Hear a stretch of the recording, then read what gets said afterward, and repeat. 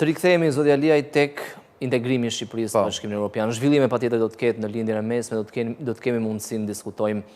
Pritet të hapet edhe grup kapitulli i 4, këtë herë bëhet fjalë për agjendën e gjelbër dhe ndërlidhja e qëndrueshme. Janë të rëndësishëm? Këto janë,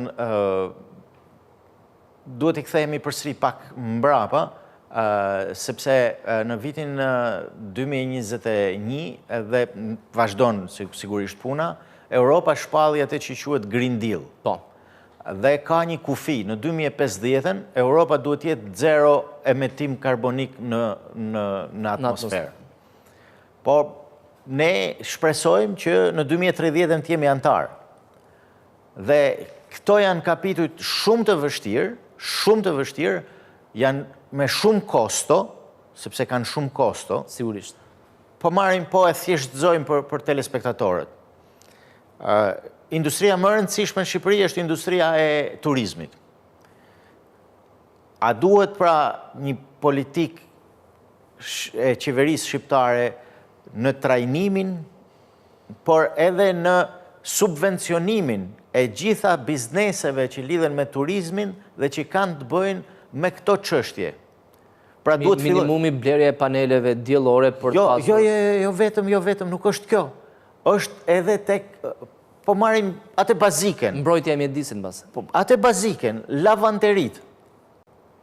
Pra do lahen çarçafet, gjitha çfarë kanë hotelet, restorantet në që shërbejnë në turizëm. Çështja është çfarë solucione shkimike përdoren. Pra shkohet deri tek detaje që ne... Sepse ato shkojnë në lumë ose pastaj në det. Kjo pra është tjetra, është ujërat që ne i cilësojmë ujërat e zeza, përpunimi i tyre. Pra duhet që ato kur të derdhen në lumë, në det apo në liqen, duhet të jenë zero impact në ambient. Pra po flasim për gjëra që ne i konsiderojmë edhe pak si të rëndomta. Vetë hotelet, në qoftë se ne gjithë kemi dalë jashtë edhe i shohim në Europë, se si janë disa karta shënuara që ju lutem mos se lini çezmen hapur, përdorni sa më pak të jetë e mundur, përdorni 2-3 herë peshqirin. Pra gjitha këto duhet të jenë të shënjuara në hotelet dhe restorantet shqiptare. Në kuadër të eficiencës, si për ujin, si për energji. Solucionet që përdoren për sapun, për larje duar, po shkoj të këto gjërat që janë minimaliste. Më bazike. Më minimaliste. Dhe janë solucionet që dëmtojnë ambientin. Duke i përdorur më pak dhe më eficiencë, ne mbrojmë më shumë ambientin. Dhe ky është synimi. Por kemi transportin, se duhet i marrim gjitha me radhë. Kam përshtypjen është ndodhë si mi madhë. Transporti. Kemi bujqësinë, kemi fermerët që mbajnë bagëti. Dhe stallat e lopëve janë emetues të jashtëzakonshëm të dioksidit karbonit. Pra, si do reagojmë ne në këtë dhe se si qeveria, pra ministrit e linjës, do qasen me biznesin, sepse është biznesi, është momenti i fundit. Kostot aty janë. Për momenti i fundit, ato duhet të ndërgjetësohen, ta zbatojnë, pra, dhe kjo është, dhe procesi integrimit evropian nuk është një proces që po kemi 10 ligje, 20 ligje për këtë. Është zbatimi në terren. Duhet i bësh në terren. Pra, dhe kjo është vështirësia më e madhe. Polonia ka hyrë, po flasim për Poloninë, që është një vend i zhvilluar dhe me 40 milion banor, me një bujqësi shumë të zhvilluar, ka hyrë në vitin 2004, 1 maj 2004 në Bashkimin Evropian. 21 vjet. Jo, po marë fazën e tranzicionit për këtë kapitull që ka përdor Polonia. Sa ka zgjatur? Në 2018. Pra në 2018 Polonia ka mbyll kapitullin pra e green, pra ambientit, e ka mbyll kapitullin me Bashkimin Evropian. Vetëm në 2018, pra me fonde pa fund që ka marrë Polonia, me burime njerëzore, se nuk është vetëm çështja e parave, është çështja e burimeve njerëzore.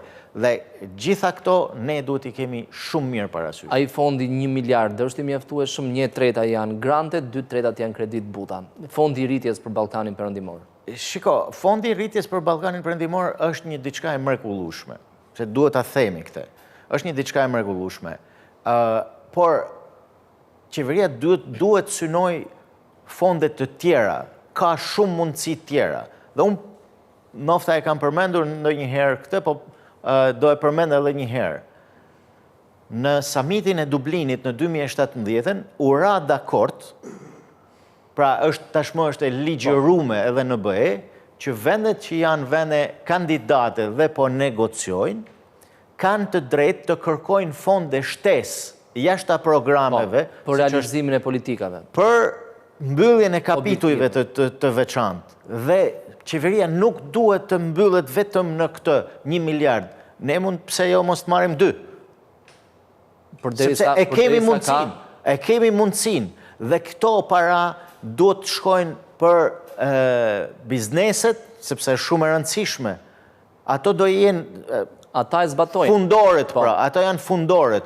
Dhe duhet shkojnë për bizneset, duhet shkojnë për specialistët, ekspertet e fushave të ndryshme, pra ka mundësi për të bërë një diversifikim dhe për të bërë punë të mira. Problemi më i madh mund të jetë ndrimi i flotës të automjeteve, sepse në Shqipëri gjithmonë në rritje është numri i përdorimit makinave elektrike, por nëse e krahasojmë me totalin, shifrat janë ende të papërfillshme. Duhet ketë subvencione pak më të mëdha, shkuptojmë me subvencione. Jo të dalin para nga buxheti i shtetit, por buxheti i shtetit duhet e para, pra qeveria, buxheti i shtetit.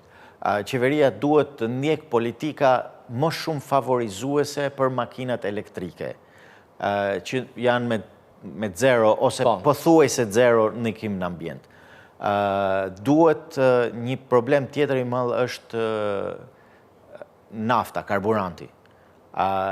Karburanti në Shqipëri është një cilësie jo të mirë. Dhe kjo ndot shumë. Dhe kjo duhet më shumë monitorim për kompanit që sjellin, pra importojnë dhe përpunojnë naftën. Pra përpunojnë në konceptin se ne s'kemi rafineri, dhe gjitha kjo pra duhet jetë në një monitorim shumë të rrept.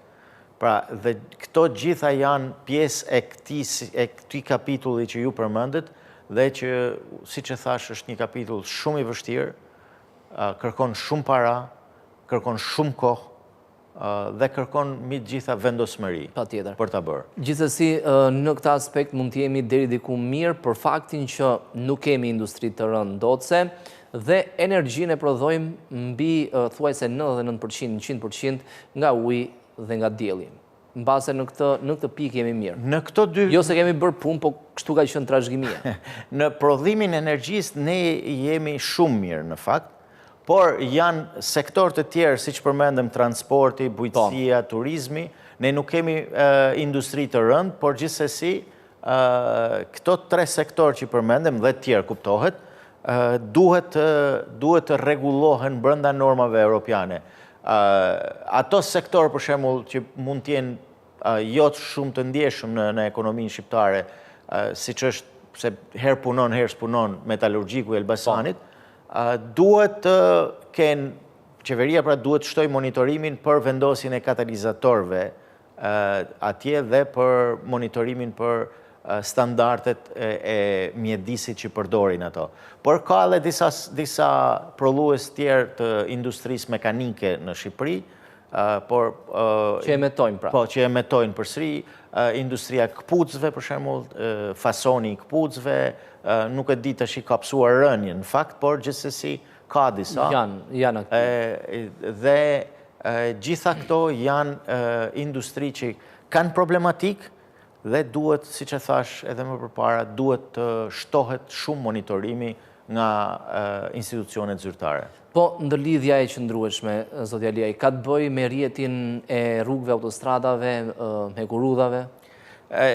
Aty se duhet jemi shumë të saktë në këtë. Ndërlidhja e qëndrueshme është jo vetëm kjo, ka edhe digitalizim. Edhe digitalizim? Ka edhe digitalizim. Dhe në programin e rritjes së Ballkanit Perëndimor, Shqipëria ka marrë një 42 milion euro për këtë punë, pra për digitalizimin, pra për të bërë në atë bandën e gjërë, si që quhet, të internetit, dhe ne në fakt kemi një penetrim relativisht të mirë, por kjo duhet tashmë të kaloj në një standard shumë më të lartë. Pra ne kemi pra cilësia e internetit.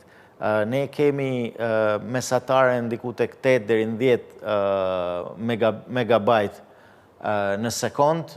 Europa e ka, pra Gjermania, Austria, vendet e përparuara e kanë 60 megabajt në sekond. Pra kemi një diferencë madhe.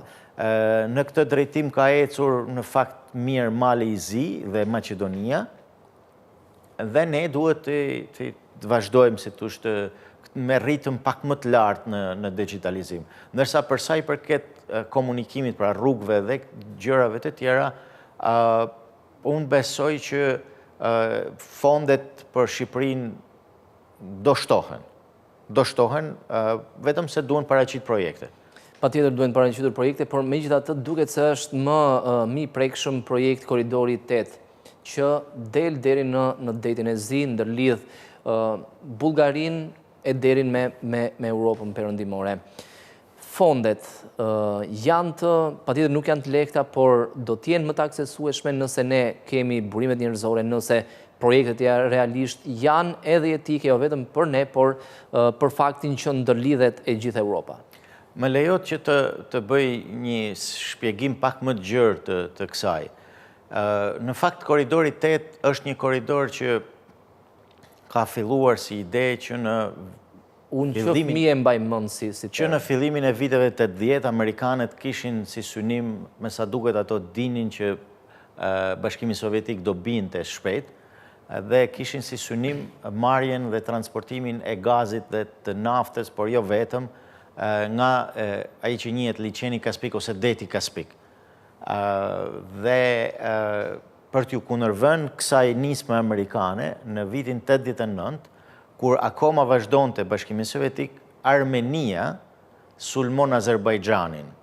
Dhe ne dim 2022-shin, 2023-shin ka shkuar drejt përfundimit kjo, le të shpresojmë zgjidhje kjo krizë. Dhe deri në këto vite pra që flasim, ka pas një pengesë edhe për Trans-Adriatic Pipeline, sepse e konkuronte. Jo, është dashur që jo të kalonte nëpërmjet Armenisë gazsjellsi, por të shkonte në Gjeorgji, nga Gjeorgjia në detin e Zi dhe të hynte në Turqi, me atë që quhet Trans-Anatolian Pipeline. Dhe pastaj nga afërsia Stambollit për të ardhur në Shqipëri, në Greqi, Shqipëri dhe në Itali. Dhe amerikanët kanë pas edhe një, si thosh, kanë kërkuar që sasia e gazit në tap që ne e quajmë tap, të jetë jo një sasi shumë e madhe. Tashti po kërkohet nga italianët, pra rritja e sasisë e kapaciteteve, dhe presidenti italian, kur ka filluar lufta Mattarella, kur filloi lufta në Ukrainë, gjëja e parë që ka bërë ka shkuar në Azerbajxhan për të kërkuar këtë gjë, dhe është rikthyer tashmë projekti i Koridorit 8. Pra është një koridor që ka të bëjë shumë edhe me geopolitikën amerikane dhe britanike, sepse në fakt kanë qenë britanikët që në fillim të shekullit 19 që kanë dashur të depërtojnë në Azinë qendrore, në ato republikat që janë Uzbekistan, Kazakistan, Turkmenistan, Kirgistan e gjitha, sepse janë republika shumë të pasura, pra po flas për vitin 1815, dhe tashmë amerikanët po e shtyjnë edhe më shumë këte, sepse koridori 8 nuk është thjesht qëllimi për të lidhur Bullgarinë me Italinë, sepse Bullgaria ka linja tjera që shkon në peritë e Europës e tjera. Por qëllimi final është dalja në Azinë qendrore, pra tek këto republikat që përmendem. Dhe aty ka transport, ka gaz dhe naftë, pra transporti për dalë pra në Europë, gaz dhe naft për ta sjellë në Europë, është dhe sigurisht edhe lëvizja e madrave të tjera. Dhe ky është qëllimi final.